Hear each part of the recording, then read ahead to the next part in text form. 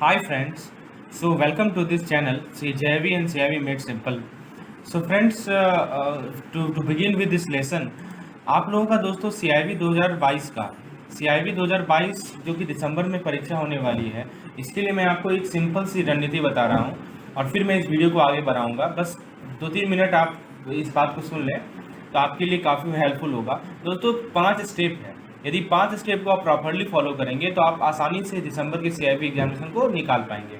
तो आप ये चीज़ लागू होता है AVM के लिए भी, BFM के लिए भी, और रिटेल बैंकिंग में जो कि कंटेंट कम है और जल्दी समझ में आ जाता है तो उसके लिए आप अलग रूल अप्लाई कर सकते हैं, बेसिकली AVM और BFM के लिए। देखिए दोस्तों, सबसे पहले तो कंसेप्ट क्लियर होना चाहिए। कंसेप्ट क्लियर करने के लिए आपको बुक्स पढ़ें या वीडियोस देखें, ठीक है। फिर एक के बाद कुछ ऐसा वीडियोस देखें जिसमें आपको MCQs प्रैक्टिस कराया जा रहा हो, कुछ क्वेश्चंस करवाए जा रहे हो, न्यूमेरिकल क्वेश्चंस करवाए जा रहे हो, ठीक है। उसके बाद दोस्तों नेक्स्ट स्टेप आता है आपको MCQ प्रैक्टिस करना और केस स्टडी प्रैक्टिस करना। कैसे प्रैक्टिस करना है, तो आप जहाँ से भी MCQs प्रैक्टिस करें तो वहाँ से आप पहले MCQ के क्वेश्चन को देखें और फिर उसके बाद खुद से ट्राई करें, फिर आंसर को मिलाएं। This is the best way of practising MCQ, तो ताकि आपको ये क्लियर होगा कि आपने जो चीज़ पढ़ा है उस पर्टिकुलर यूनिट में वो कितना हेल्पफुल है। यानी तो आप केस स्टडी भी सॉल्व करें तो पहले खुद से ट्राई करें, फिर उसका मदद लें। तो यदि आप मेरे चैनल का हेल्प लेना चाहते हैं इन दोनों चीज़ के लिए, चाहे MCQs या केस स्टडी प्रैक्टिस के लिए, तो दोस्तों मैं आप लोगों को एक प्लान शो करना चाहता हूँ। ये हमारा CIV मेड सिंपल का प्लान है, प्लान ए और प्लान बी। तो दोस्तों इसमें आपको MCQs लगभग 4000 MCQs हैं ओवरऑल टॉपिक मिला के, जो कि मोर देन सफिशियंट है। हर एक टॉपिक में 150-100 MCQs हैं जो कि मैकमिलन के हर एक पेज से लिए गए हैं, हर एक लाइन से लिए गए हैं। तो आपको केवल उस MCQs को करना है, आपको एक जगह पे सारा MCQs मिल जाएगा, वो भी गूगल ड्राइव की फोल्डर में। उसके अलावा दोस्तों हर एक चैप्टर का short notes, chapter wise MCQs, module wise MCQs, हर एक चैप्टर का केस स्टडीज जो कि MCQ के साथ है, और दोस्तों quick revision of each module, और इंपॉर्टेंट फॉर्मूला कंपाइलेशन और प्रीवियस ईयर क्वेश्चन।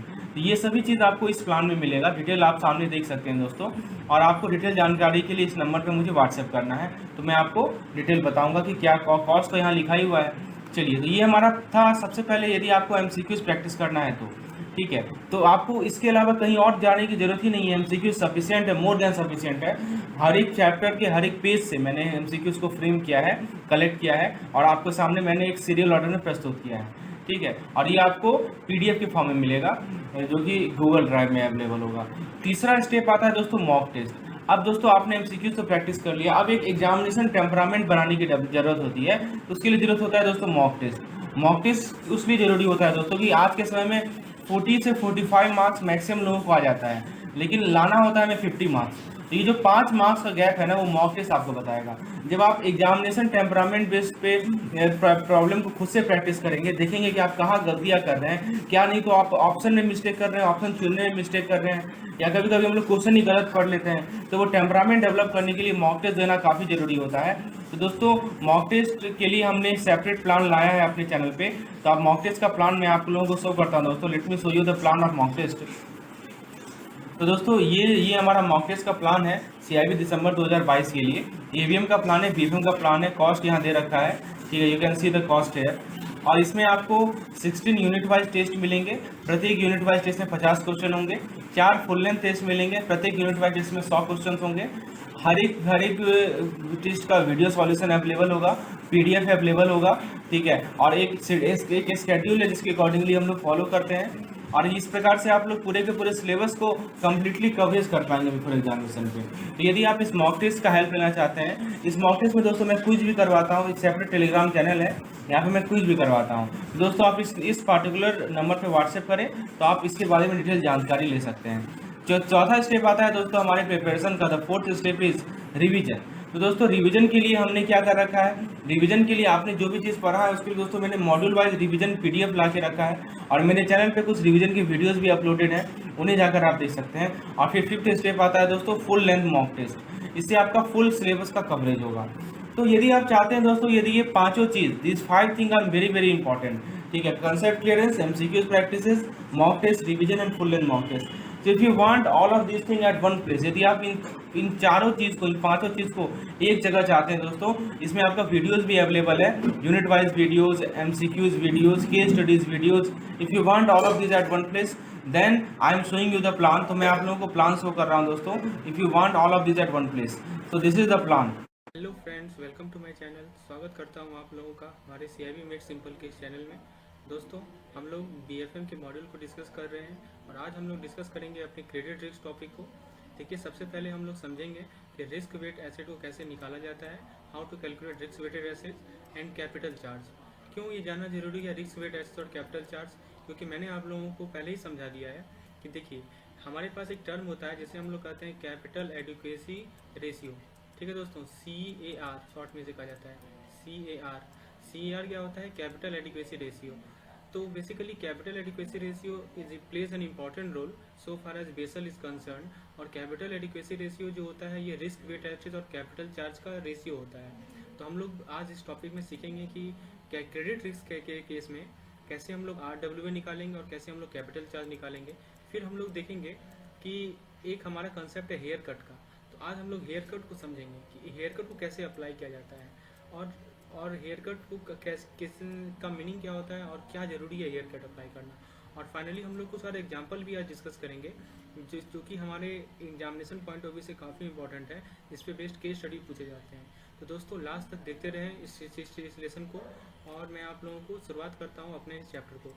देखिए दोस्तों, सबसे पहले हमें समझना है कि रिस्क वेट एसेट और कैपिटल चार्ज क्रेडिट रिस्क में कैसे कैलकुलेट करना है। तो उसके लिए कुछ एल्गोरिथम है, कुछ स्टेप्स हैं। आइए उन स्टेप को पहले एकदम शॉर्ट पॉइंट में समझते हैं और फिर डिटेल में डिस्कशन करेंगे हर एक स्टेप का। देखिए, सबसे पहला स्टेप है हमारा calculate fund based and non fund based adjusted exposure. देखिए दोस्तों, हमें करना क्या है, हमारे पास जो एक्सपोजर है, मतलब जिसके अगेंस्ट एक्सपोजर क्या होता है, एक्सपोजर के अगेंस्ट ही तो रिस्क होता है हमें। तो रिस्क में दो पार्ट में डिवाइड करना है, एक फंड बेस्ड और दूसरा नॉन फंड बेस्ड। तो आखिर ये फंड बेस्ड और नॉन फंड बेस्ड क्या होता है हम लोग आगे देखेंगे। चलिए दूसरा स्टेप क्या देखते हैं। दूसरा स्टेप ये करना है हमें कि कुछ हेयर कट को अप्लाई करना है। देखिए दोस्तों, हेयर कट क्या होता है हम लोग डिस्कस करेंगे। तो हेयर कट को हम लोग अप्लाई करके रिडक्शन को जो भी एलॉयबल रिडक्शन है उसे डिडक्ट करेंगे। क्या करेंगे, उसे हम लोग घटाएंगे।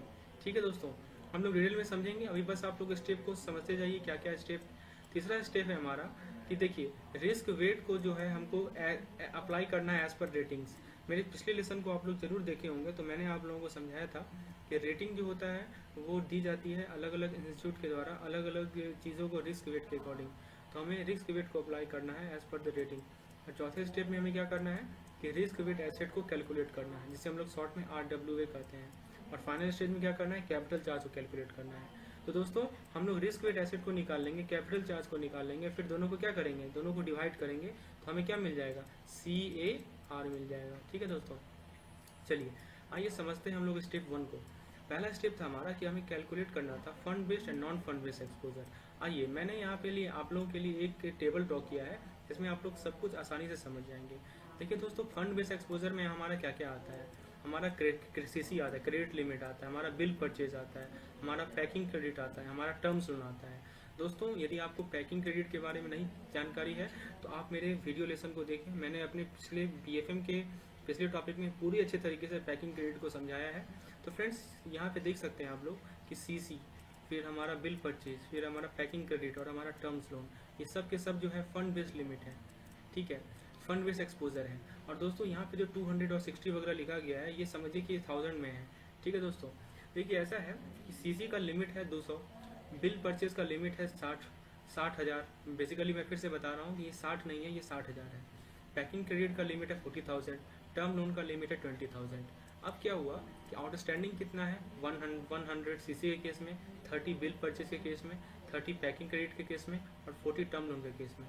तो दोस्तों, अब हम मान लीजिए आपसे पूछा जाए कि अनड्रॉन पोर्शन कैलकुलेट करो, मतलब वैसा पोर्शन जो कि अभी तक ड्रॉ नहीं किया गया है, तो क्या करेंगे आप लोग, लिमिट में से आउटस्टैंडिंग को सब्ट्रैक्ट करेंगे तो क्या मिल जाएगा, हमें अनड्रॉन पोर्शन मिल जाएगा। तो आइए करके देखते हैं। आइए CC के लिए निकालते हैं पहले। CC में बताइए लिमिट कितना है, 200 है, आउटस्टैंडिंग कितना है, 100 है, दोनों को सब्ट्रैक्ट करेंगे तो कितना होगा, 100। तो CC के केस में अनड्रॉन पोर्शन हमारा 100 हो गया। उसी तरह बिल परचेज के केस में 60 - 30 = 30, पैकिंग क्रेडिट के केस में 40 - 30 = 10, टर्म लोन के केस में 200 - 40 = 160। यदि आप सभी आउटस्टैंडिंग को जोड़ेंगे तो आपको कितना मिलेगा, 200 मिलेगा। आइए दोस्तों, एक और पॉइंट को समझें यहाँ पे।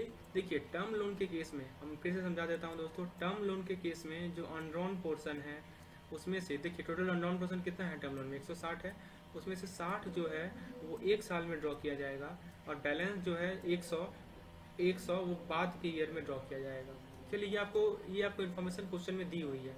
तो फ्रेंड्स उम्मीद है आपको ये क्लियर हो गया होगा कि फंड बेस्ड एक्सपोजर होता क्या है और ये लिमिट, आउटस्टैंडिंग और अनड्रॉन पोर्शन का क्या आपस में रिलेशन है। आइए अब हम लोग देखते हैं कि एक्सपोजर को कैसे एडजस्ट किया जाएगा इस केस में। देखिए अभी तक जो भी मैंने बताया ये टेबल, ये तो आपको क्वेश्चन में दिया रहेगा। अब आता है रियल कंसेप्ट। देखिए दोस्तों ऐसा है कि जो हमारा आउटस्टैंडिंग बैलेंस है, ठीक है दोस्तों, तो उस पर हम लोग 100% एक्सपोजर लगाएंगे। उस पर हम लोग क्या करेंगे, 100% एक्सपोजर लगाएंगे, यानी कि वो हमारा 200 का 200 ही रहेगा। ठीक है दोस्तों, वो 200 का 200 ही रहेगा। लेकिन जो अनड्रॉन हमारा कैश क्रेडिट है या हमारा बिल पेमेंट है या हमारा पैकिंग क्रेडिट है, उस पर हम लोग 20% का एक्सपोजर लगाएंगे।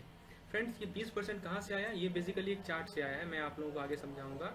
ठीक है दोस्तों, अब ये बताइए आप कि सीसी, बीपी और पीसी का अनड्रॉन पोर्शन कितना है।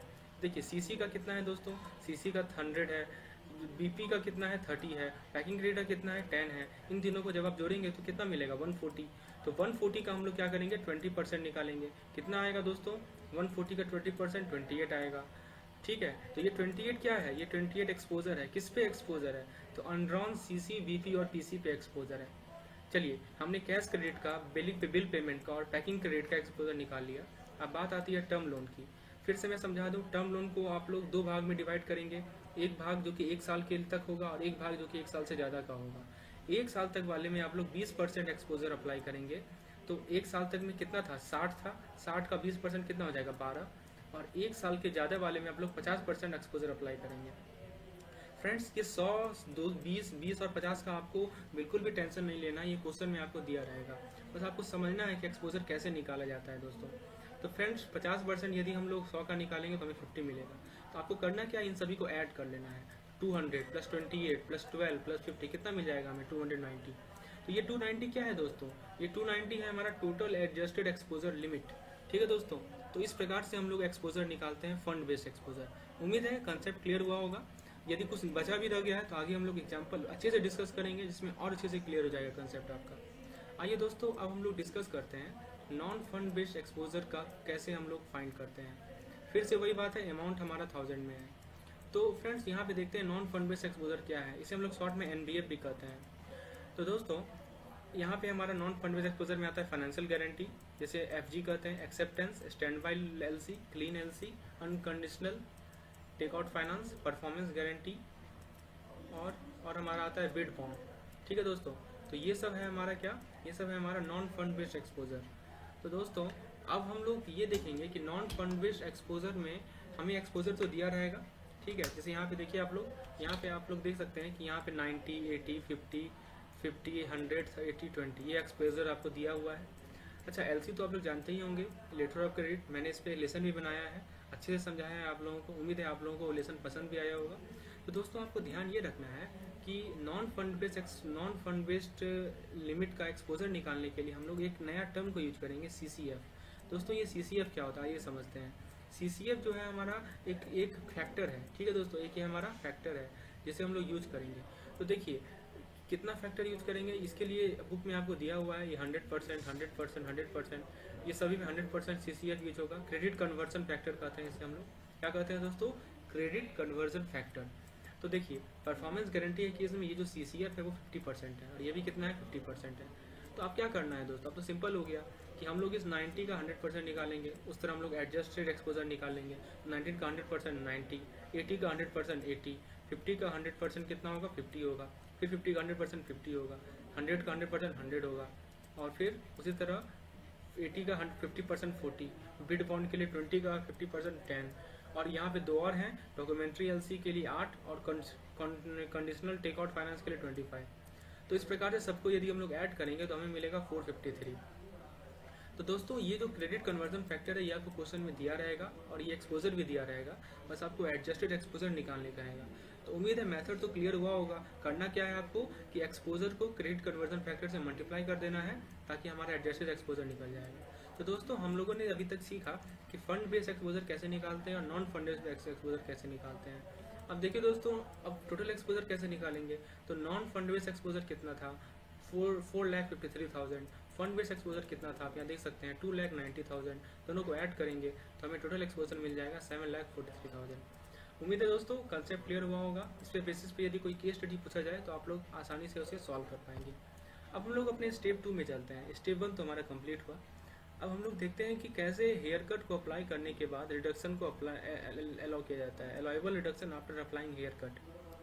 तो देखिए दोस्तों, reduction from adjusted exposure in made on the account of following financial collateral. तो हमारे पास कुछ कोलेट्रल, अब ऑब्वियस सी बात है कि आप जब कोई भी लोन दिया जाता है तो कुछ कोलेट्रल के रूप में रखा जाता है। तो अलग अलग कोलेट्रल के लिए हमारा अलग अलग एक्सपोजर होगा।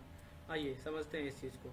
देखिए सबसे पहला हमारा कोलेट्रल क्या है, deposit made by borrower under lien. Lien में जो डिपॉजिट किया गया है वो। दूसरा cash, gold, government security, KVP, NSC, ये सब के सब हम लोग कोलेट्रल के रूप में रखते हैं जब भी लोन देते हैं। तो उसके लिए हमारा जो फॉर्मूला है यदि लीन के केस में वो ये है। देखिए दोस्तों, C into 1 minus H F X into M F. आइए समझते हैं C क्या है। C हमारा कैश डिपॉजिट है, एच एफ एक्स हमारा करेंसी मिसमैच है। यदि सेम करेंसी रहेगा तो 0 होगा, और यदि डिफरेंट करेंसी होगा तो हम लोग 0.08 लेंगे। और एम एफ क्या है हमारा, मैच्योरिटी फैक्टर। अब आइए पहले हेयर कट को समझते हैं। हेयर कट होता क्या है।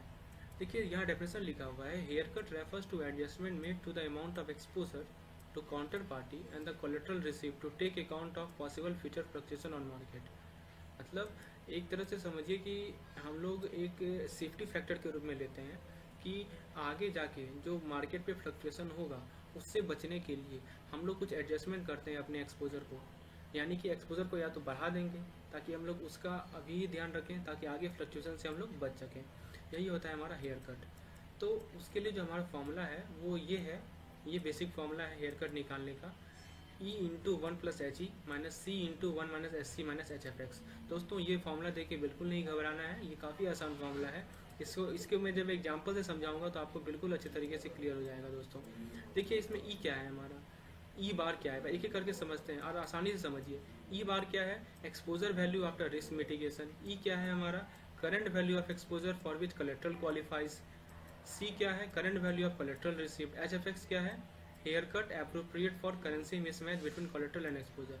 फ्रेंड्स ये सब टर्म सुन के काफ़ी ज़्यादा टफ लग रहा होगा, आइए एग्जांपल से समझते हैं इसे। देखिए दोस्तों यहाँ पे हमारा एक एग्जांपल है। इस केस में देखिए आप ऐसे समझिए कि मान लीजिए कि 100 रुपये का एक्सपोजर है। क्या है दोस्तों, जो मैं समझा रहा हूँ आराम से समझिए। 100 रुपये का यदि मान लीजिए कि एक्सपोजर है और वो US डॉलर करेंसी में है, 6 साल का मैच्योरिटी है उसका, ठीक है। और एक कॉर्पोरेट को वो दिया गया एक्सपोजर BBB रेटेड का था, ठीक है दोस्तों। तो अब ये बताइए कि 100 रुपये का एक्सपोजर 6 साल के लिए दिया गया, कौन दिया, तो A+ रेटेड कॉर्पोरेट दिया, ठीक है। और यहाँ पे हमें हेयर कट कितना दिया हुआ है, 12% हेयर कट दिया हुआ है। तो आप बताइए दोस्तों एक्सपोजर कितना हो जाएगा उसका। 100 रुपया में आप यदि 12% निकालेंगे तो उसका वैल्यू कितना हो जाएगा, 112 हो जाएगा, सॉरी 12 हो जाएगा। और उसको 100 में जोड़ दीजिए तो टोटल कितना हो जाएगा एक्सपोजर हमारा, 112 हो जाएगा। मतलब चूंकि उस कंपनी का रेटिंग जो है A+ रेटेड कॉर्पोरेट था, उसके लिए हम लोग 12% हेयर कट लेते हैं, तो एक्सपोजर अमाउंट हो जाएगा 112, ठीक है। और कोलेट्रल वैल्यू का वैल्यू कितना हो जाएगा, 80, ठीक है। तो 100 के जगह 80 हो गया और एक्सपोजर वर्क के कितना हो गया हमारा, 112। यही है हेयर कट का एग्जाम्पल।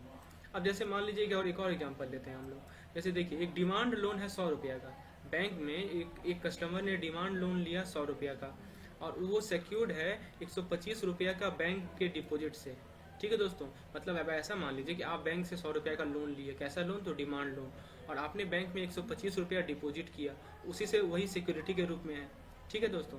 अब बताइए इस केस में क्या होता है कि ये जो हमारा 125 रुपया का डिपॉजिट है, इस केस में हेयर कट जो है, चाहे एक्सपोजर का हो चाहे कोलेट्रल का हो, देखिए एक्सपोजर का भी हेयर कट होगा, कोलेट्रल का भी हेयर कट होगा, दोनों का दोनों 0 होगा। यहाँ पे एक्सपोजर क्या है हमारा, ये जो ₹100 है वो हमारा क्या है, एक्सपोजर है। और ये जो हमारा ₹125 है ये क्या है हमारा, ये हमारा कोलेट्रल है। तो दोनों के दोनों केस में हेयर कट कितना होगा दोस्तों, 0 होगा। तो हेयर कट लेंगे ही नहीं और कोई तरह का मैच्योरिटी मिसमैच भी नहीं है। मतलब जिस वक्त ये लोन मैच्योर होगा उसी वक्त हमारा ये डिपॉजिट भी मैच्योर होगा, इसी को कहते हैं मैच्योरिटी मिसमैच।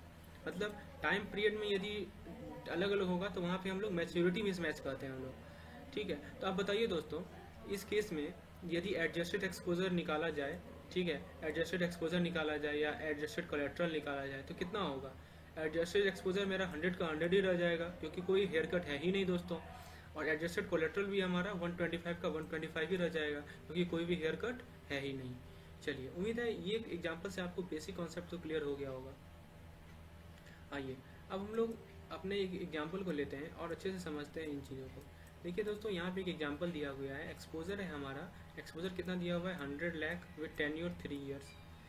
ठीक है। कोलेट्रल का जो एक्सपोजर है ए प्लस डेप्ट सिक्योरिटी में है वो 30 लाख का है विथ रेजिडियल मैच्योरिटी 2 ईयर। देखिए दोस्तों, यहाँ पे 3 साल का ये है और ये 2 साल का ये है। मतलब आप ऐसे समझिए दोस्तों कि एक्सपोजर का जो टाइम लिमिट है वो 3 साल का है, मतलब लोन जो है 3 साल के लिए लिया गया है, और जो सिक्योरिटी है, जो कोलेट्रल है, वो 2 ही साल का है। तो आप लोग यहाँ से देख सकते हैं मैच्योरिटी मिसमैच तो दिख ही रहा होगा आपको, दिख रहा है ना, क्योंकि यहाँ 3 साल है, यहाँ 2 साल है। यदि ये भी 2 की जगह 3 साल होता, यदि टाइम पीरियड दोनों का सेम रहता तो मैच्योरिटी मिसमैच होता ही नहीं दोस्तों। तो कहने का मतलब क्या हुआ कि जब भी हम लोग हेयर कट का फॉर्मूला अप्लाई करेंगे तो हम लोग मैच्योरिटी मिसमैच को भी कंसिडर करेंगे। ठीक है दोस्तों। अब देखिए, यहाँ पे एक और इम्पॉर्टेंट चीज़ हमें दिया गया, ये क्वेश्चन है कि कोलेट्रल पे जो हेयर कट है वो 6% हमें लेना है। कितना लेना है? 6% लेना है। और एक टेबल बुक में दिया गया है मैच्योरिटी फैक्टर का। ठीक है। वो क्या कहता है कि हमें 0.25 को लेना है हेयर कट। ठीक है, मैच्योरिटी फैक्टर का मतलब 2 साल के लिए या 3 साल के लिए। तो हमसे पूछा गया है क्वेश्चन में कि calculate value of exposure after risk mitigation, मतलब रिस्क को मिटिगेट करके, कम करके एक्सपोजर का वैल्यू निकालो। तो आइए समझते हैं, एक एक चीज़ को बारीकी से समझिए, एकदम क्लियर हो जाएगा। देखिए, सबसे पहले क्या निकालना है? Value of exposure after risk mitigation is equal to अभी कितना एक्सपोजर है, एक्सपोजर मतलब अभी कितना लोन लिया है, अभी कितना लोन है, minus value of adjusted collateral for haircut and maturity mismatch, दोनों को सब्ट्रैक्ट कर देंगे। बताइए दोस्तों, अभी जो है कितना एक्सपोजर है? एक्सपोजर देखिए यहाँ दिया हुआ था 100 लाख का एक्सपोजर है। कितना का है दोस्तों? 100 लाख का। दोस्तों इस एग्जांपल से एकदम क्लियर कर लेना है अपने कॉन्सेप्ट को, आराम से समझिए। तो एक्सपोजर है हमारा 100 लाख का। आइए अब फिर उसमें से क्या सब्ट्रैक्ट करना है? हमें एडजस्टेड कोलेट्रल को सब्ट्रैक्ट करना है। ठीक है। जैसे देखिए इस एग्जाम्पल में हमारा एडजस्टेड कोलेट्रल कितना था? 0 था। ठीक है, क्योंकि हेयर कट था ही नहीं। तो एडजस्टेड कोलेट्रल को आइए देखिए कैसे निकाला जाता है। उसके लिए जो हमारा फॉर्मूला है वो है C into 1 minus H C. अब ये पूछेगा ये फॉर्मूला कहाँ से आया, तो देखिए मैंने यहाँ ऊपर समझाया था आपको, ये देखिए ये वाला फॉर्मूला, यहाँ पे आप नोटिस कीजिए, ये फॉर्मूला को देखिए, C into 1 minus H C किया है ना हमने, तो वही सब चीज़ है यहाँ पे। ठीक है। तो फ्रेंड्स आइए दोबारा यहाँ आ जाए, तो C into 1 minus H C क्या है हमारा? C था हमारा कोलेट्रल का वैल्यू। कोलेट्रल का वैल्यू देखिए यहाँ दिया हुआ है 30 लाख का कोलेट्रल का वैल्यू है। ठीक है, तो 30 लाख ले लिए हम लोग। एच सी क्या था हमारा दोस्तों? देखिए एच सी है हमारा हेयर कट। कोलेट्रल के लिए हम लोग हेयर कट भी तो लेते हैं। ठीक है, क्योंकि इस केस में चूंकि एफडी था तो कोई हेयर कट था ही नहीं, और यहाँ पे क्वेश्चन में हमको साफ साफ लिखा है कि कोलेट्रल के लिए हेयर कट है 6%। ठीक है, तो हम लोग क्या करेंगे? C इंटू 1 माइनस 6% करेंगे, 30 इंटू 1 माइनस 6% करेंगे, यानी कि 30 इंटू 0.94 करेंगे, क्योंकि हमारा 28.20 हो जाएगा। तो ये है हमारा value of adjusted collateral for haircut. अब है लास्ट है हमारा value of adjusted collateral for haircut and maturity mismatch.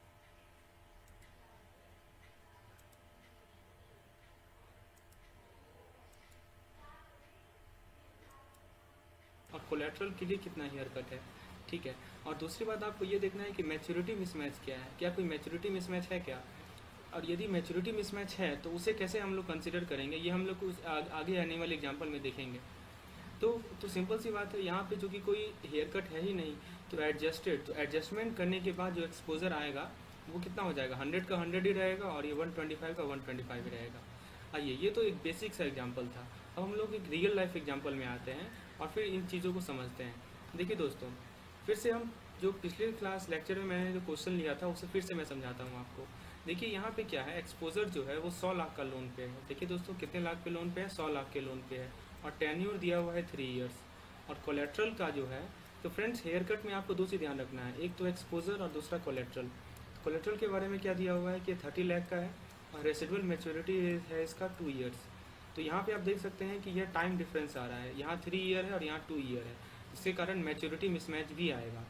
और हमें यहाँ पे दिया गया है कि कोलेट्रल पे हमें हेयर कट कितना लेना है? 6% हेयर कट लेना है। चलिए, क्वेश्चन में दिया हुआ है हमें, और ये हमें एक देखिए, और यहाँ पे एक 4th पॉइंट में हमें दिया हुआ है कि हेयर कट को जो है 0.25 लेना है, जो कि मैच्योरिटी, अभी मैंने बताया कि मैच्योरिटी मिसमैच है इस क्वेश्चन में, तो उसके कारण जो हेयर कट होगा वो कितना लेना है? 0.25। चलिए, अब हमसे पूछा क्या गया है कि एक्सपोजर बताना है रिस्क मिटिगेशन के बाद। तो बेसिकली हेयर कट से हम लोग क्या करते हैं, रिस्क जो होता है उसको तो मिटिगेट करते हैं, उसे कम करते हैं, तो उसके बाद जो एक्सपोजर का वैल्यू होगा, यानी लोन का जो वैल्यू होगा वो बताना है। तो आप पहले ये लॉजिकली बताइए कि एक्सपोजर का वैल्यू बढ़ेगा या घटेगा। आप खुद देखिए, अभी एक्सपोजर है हमारा 100 लाख का, ठीक है, और कोलेट्रल है हमारा 30 लाख का। तो आइए हम लोग समझते हैं एक एक बेसिक पॉइंट्स को। तो सबसे पहली बात क्या है कि हमें एक्सपोजर का वैल्यू बताना है रिस्क मिटिगेशन के बाद।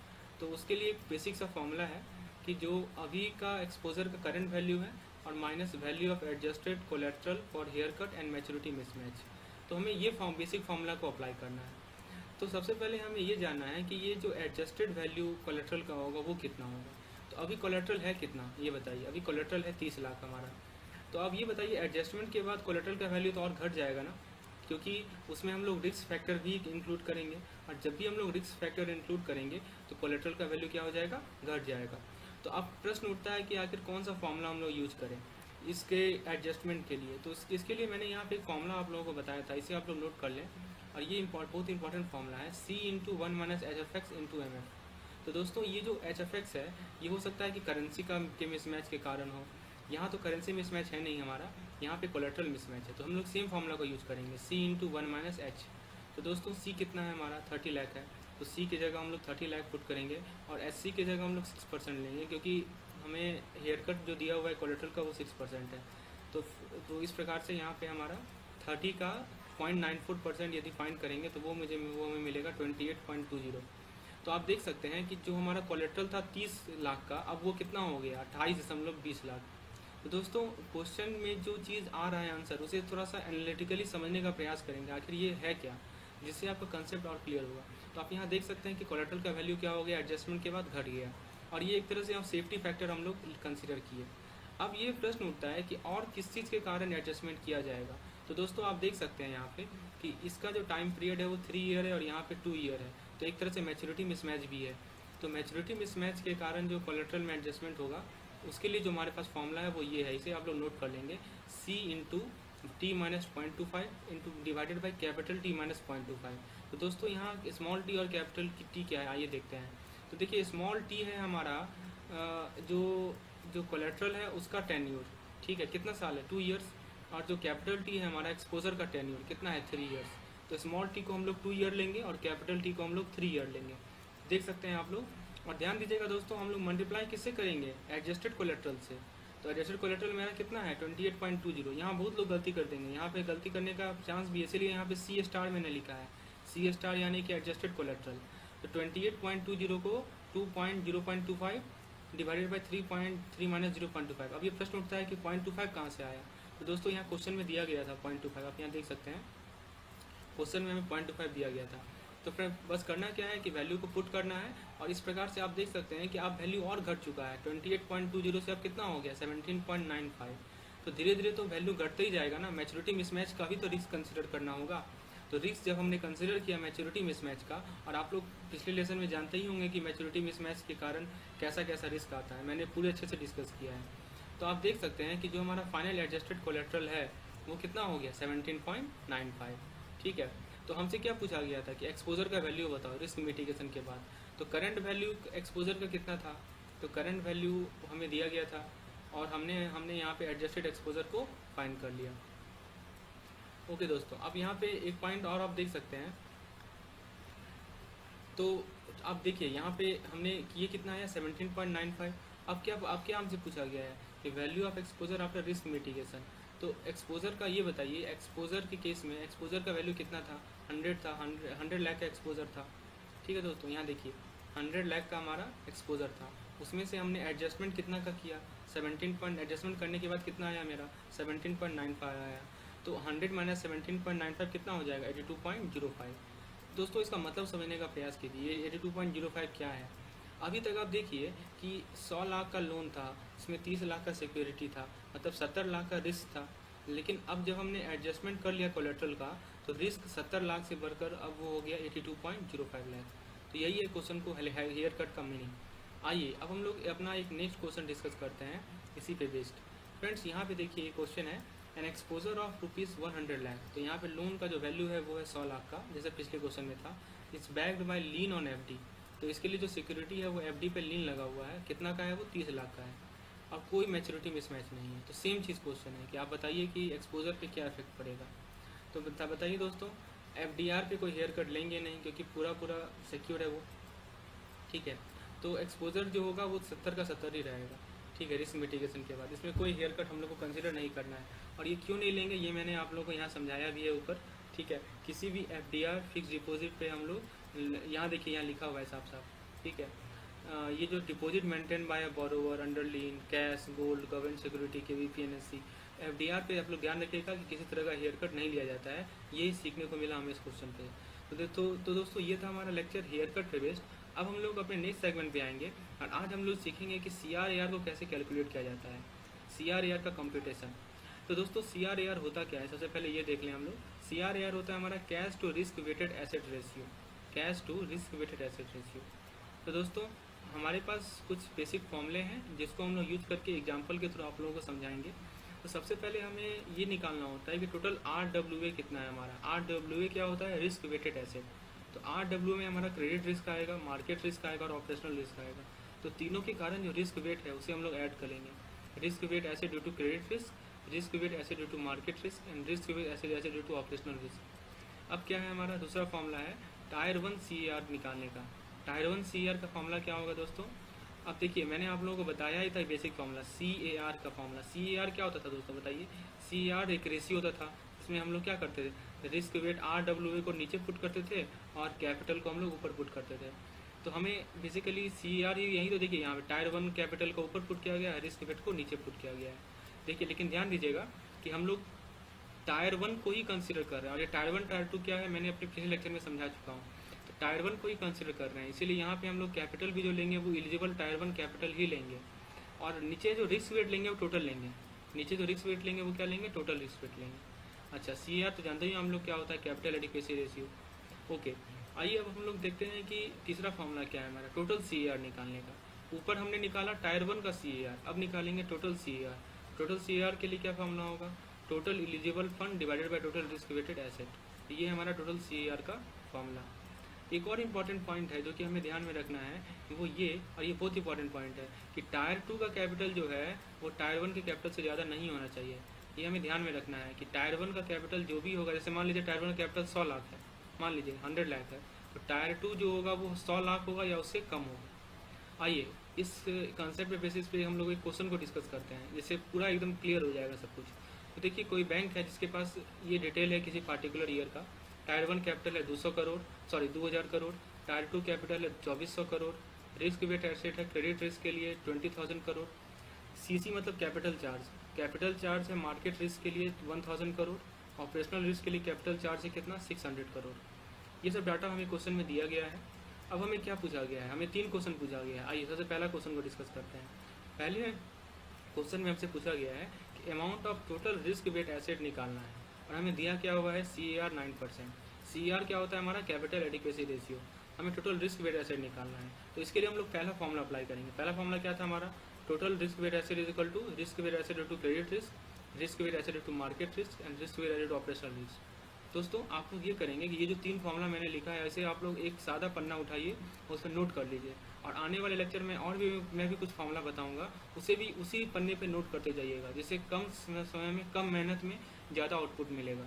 तो एक रफ पेज उठाइए, एक वाइट एक A4 शीट उठाइए और उसमें ये तीनों फॉर्मूले को नोट कर लीजिए और अब बाकी और भी लेक्चर में मैंने जितने फॉर्मूले अब मैं बताऊँगा उसे भी उसमें नोट करते चलिएगा।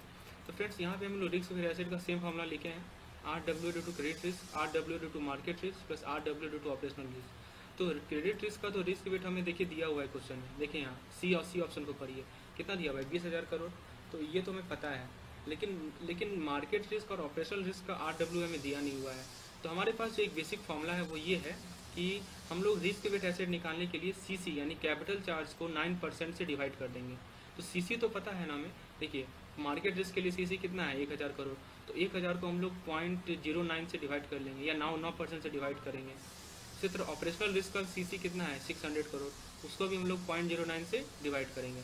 तो इस प्रकार से हमें जब तीनों को ऐड करेंगे तो हमें मिलेगा 37,779 करोड़। ये हमारा टोटल रिस्क वेट एसेट निकला RWA। चलिए अपने दूसरे क्वेश्चन पे बढ़ते हैं आगे। दूसरा क्वेश्चन हमसे पूछ रहा है कि calculate the amount of tyre 1 CAR of the bank. तो दोस्तों टायर 1 CAR निकालने का फॉर्मूला देखिए यहाँ मैंने लिखा है।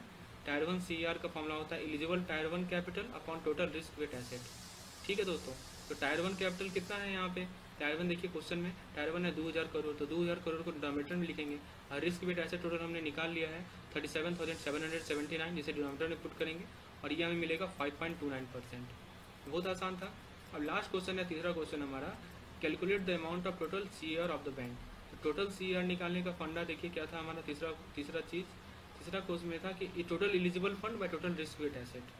तो ये फॉर्मूला हम लोग यूज़ करेंगे। तो अब एलिजिबल फंड में क्या क्या आएगा, eligible tyre 1 capital plus eligible tyre 2 capital. अब देखिए दोस्तों, टायर 2 कैपिटल कितना दिया हुआ है, टायर 2 2400 करोड़ है और टायर 1 है 2000 करोड़। अब देखिए बहुत लोग यही गलती करेंगे, यहाँ दोनों को जोड़ देंगे। ये गलती आपको बिल्कुल नहीं करना है। मैंने जो लास्ट पॉइंट लिखा है उसे ध्यान से पढ़िए। इस पॉइंट में क्या लिखा हुआ है कि टायर 2 कैपिटल जो होगा वो हमेशा टायर 1 से क्या होगा, कम होगा। तो ये जो 2400 लिखा हुआ है, हमें 2400 नहीं लेना है, हमें कितना लेना है, 2000 लेना है। ठीक है, या तो 2000 लेंगे या 2000 से कम लेंगे, तो हम लोग 2000 लेंगे। तो बताइए दोनों को जोड़ा जाए, ये तो 2000 है, ये भी 2000 है, कितना हो जाएगा, 4000 हो जाएगा, 4000। तो 4000 divided by total risk weight asset तो हमने पहले क्वेश्चन में निकाल लिया, तो वह 37,779, जो कि हमें मिल जाएगा 10.59%। तो दोस्तों इस प्रकार हम लोगों ने 3 क्वेश्चन डिस्कस किए यहाँ पे, और मैंने आप लोगों को हेयर कट समझा दिया और हमने टायर 1 कैलकुलेट करना सीख लिया, CAR को कैलकुलेट करना सीख लिया। उम्मीद है आपको लेसन पसंद आया होगा। इसे लाइक ज़रूर करें और भी दोस्तों के साथ शेयर करें। बने रहने के लिए धन्यवाद।